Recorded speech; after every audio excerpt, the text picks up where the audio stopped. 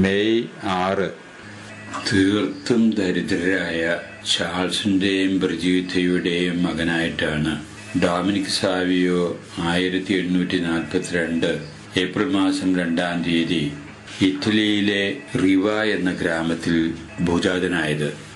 ആ കുട്ടി മറ്റ് കുട്ടികളെ പോലെ വാശി പിടിക്കുന്നതിനോ അനുസരണക്കേട് കാണിക്കുന്ന രീതിയിലോ ഒന്നും ബാല്യത്തിൽ തന്നെ പെരുമാറാൻ ഇടവരാത്ത അസാമാന്യമായിട്ടുള്ള അനുസരണവും ഭക്തി ചൈതന്യവും വിധേയത്വവും സ്നേഹപ്രകൃതിയുമുള്ള ഒരു ബാലനായിരുന്നു.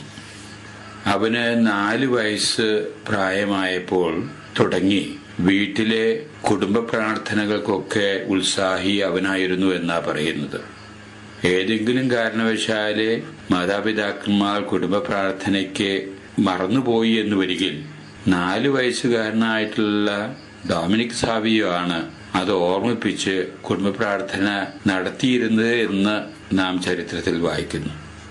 അവന്റെ പ്രാഥമിക വിദ്യാഭ്യാസം കഴിക്കുന്നതിന് വേണ്ടി 2 കിലോമീറ്റർ ദൂരം നടന്നാണ് ആ കൊച്ചുകുട്ടി സ്കൂളിൽ പോയിരുന്നത്. വാഹനത്തിൽ പോകുന്നതിനുള്ള സാമ്പത്തിക ഭദ്രത ആ കുടുംബത്തിന് ഇല്ലാത്തതിന്റെ അടിസ്ഥാനത്തിലാണ് ആ പിഞ്ചു കുഞ്ഞ് നടന്നുകൊണ്ട് സ്കൂളിൽ പഠിക്കുന്നതിന് വേണ്ടി പോയത്. ആ അവസരത്തിൽ കൂലിവേലയ്ക്ക് വേണ്ടി പോയിരുന്ന പിതാവ് ക്ഷീണിതനായിട്ട് ജോലി കഴിഞ്ഞ് വീട്ടിലേക്ക് തിരിച്ചു വരുന്നത് അവൻ നോക്കി നിൽക്കുമ്പോൾ പിതാവ് വരുന്നുണ്ട് എന്ന് കണ്ട ഉടനെ തന്നെ പടിക്കിലേക്ക് ഓടിച്ചെല്ലും. പിതാവിന്റെ കയ്യ് സ്നേഹത്തോടു കൂടി പിടിച്ച് അവൻ പറയും, അപ്പച്ചൻ വളരെ ക്ഷീണിതനായിരിക്കുന്നു. എന്നെ പോറ്റാൻ വേണ്ടിയാണല്ലോ അപ്പച്ചൻ ഈ കഠിനാധ്വാനം ചെയ്യുന്നത്. അപ്പച്ചന്റെ ഭാരവും അപ്പച്ചന്റെ ഈ അധ്വാനവും കുറയ്ക്കുന്നതിനു വേണ്ടി ഞാൻ സാധിക്കുന്നൊക്കെ ചെയ്യും. അങ്ങനെ വളരെ വാത്സല്യത്തോടു കൂടി അപ്പച്ചനോട് പറഞ്ഞുകൊണ്ട് അപ്പച്ചന്റെ കൈയും പിടിച്ചാണ് സാധാരണ രീതിയിൽ കുടുംബത്തിലേക്ക് ഒന്നിച്ചു വരിക. അവൻ ഇത് ഒരു വാക്ക് പറയുന്നതല്ല. കുടുംബത്തിലെ അതിനുശേഷമുള്ള അവന്റെ പ്രവർത്തനങ്ങളൊക്കെ അപ്പച്ചനെയും അമ്മച്ചയെയും ചെറിയ ചെറിയ കാര്യങ്ങളിൽ നിഷ്ഠയോടും ചിട്ടയോടും കൂടെ സഹായിക്കുന്ന ഒരു സ്വഭാവമായിരുന്നു അവന് ബാല്യത്തിൽ തന്നെ.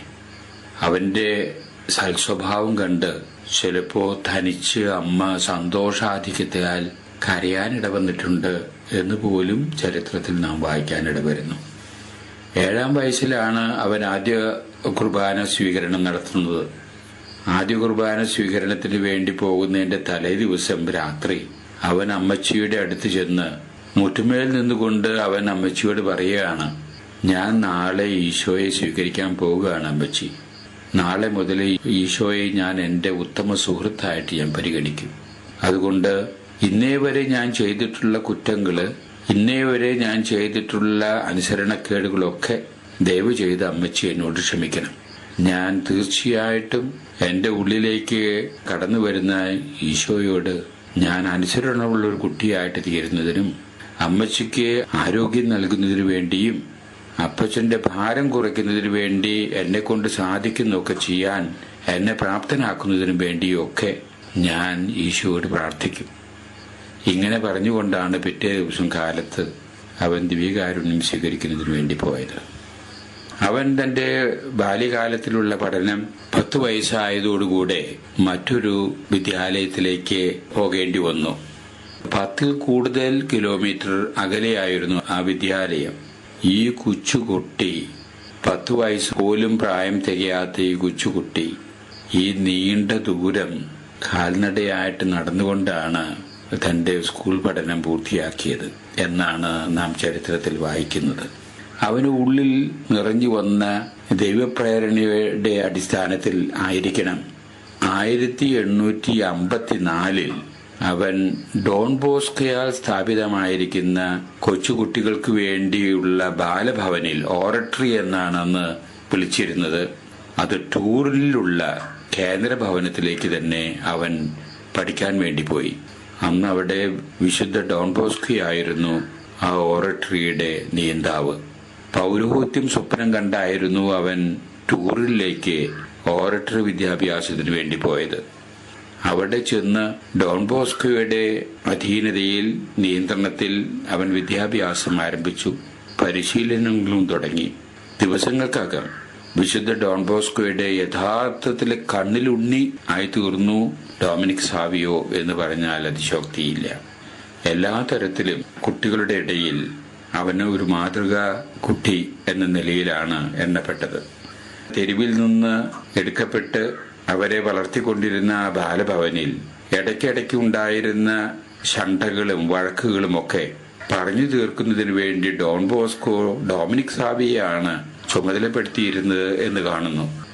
ഡൊമിനിക് സാവിയോ തന്റേതായിട്ടുള്ള നയപരമായിട്ടുള്ളതും സമാധാനപൂർണമായിട്ടുള്ള പ്രവർത്തന ശൈലിയിൽ കൂടെ അസാമാന്യമായ രീതിയിൽ പല വഴക്കുകളും കുട്ടികളുടെ ഇടയിൽ ഉണ്ടായിരുന്നത് സമാധാനമാക്കാൻ സാധിച്ചിരുന്നു. അതായിരുന്നു ഡൊമിനിക് സാവിയോയുടെ ഒരു പ്രവർത്തന നയ ചാതുര്യം.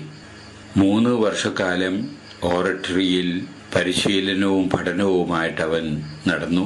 ഓറട്ടറിയിൽ പ്രവേശിക്കുന്ന അവസരത്തിൽ തന്നെ വളരെ ക്ഷീണിതനായിരുന്നു ഡൊമിനിക് സാവിയോ. ഓറട്ടറിയിലുള്ള ഭക്ഷണവും പ്രത്യേക ചുറ്റുപാടുകളും പഠനവും ഒക്കെയായി അവന്റെ ആരോഗ്യം വളരെ മോശമായി തീർന്നു. ആ ബാലഭവനിലേക്ക് കുട്ടികളെ പരിശോധിക്കുന്നതിന് വേണ്ടി വന്നിരുന്ന ബിഷഗ്വരൻ ഡൊമിനിക് സാവിയെ പരിശോധിച്ചതിനു ശേഷം ഡോൺ ബോസ്കോയെ റെക്ടറച്ചനെ പ്രത്യേകം വിളിച്ചു പറയുകയാണ്, ഈ കുട്ടിയുടെ ആരോഗ്യം വളരെ മോശമായിരിക്കുന്നു.